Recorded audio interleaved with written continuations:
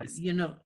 Dale, the biggest problem we have is that once you collect data, then it must be interpreted.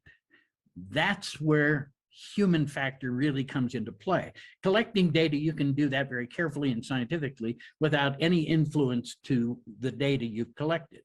It's how you then analyze that data and the conclusions drawn from your analysis. That's where you can get into problem.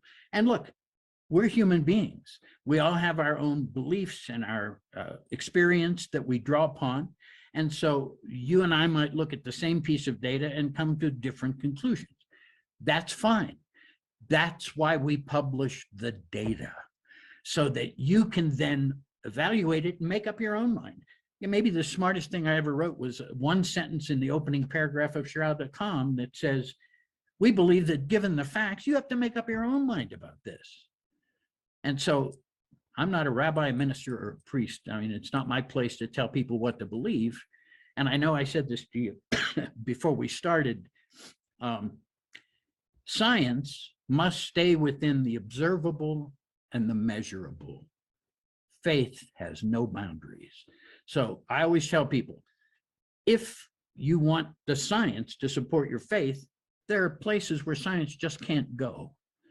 And you can believe what you want to believe, and science must stay within the realm of the scientific method.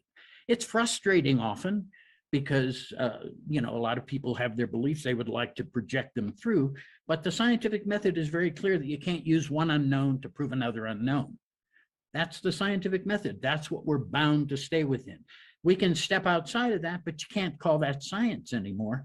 Then you're talking about faith. And I've said this to people, why do you need science to support your faith? Is your faith so weak that you need the science? And look, some people say, well, there's a conflict between faith and science. And I always, I think I'm quoting from my TEDx talk in the Vatican where I said that science is simply man's attempt to understand God's creation.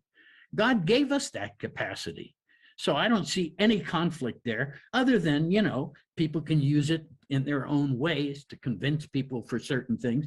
But in the end, we were given this gift of thought, of the ability to reason. And science is our attempt to just understand what's going on around us. So I don't see a conflict there, although many people claim that.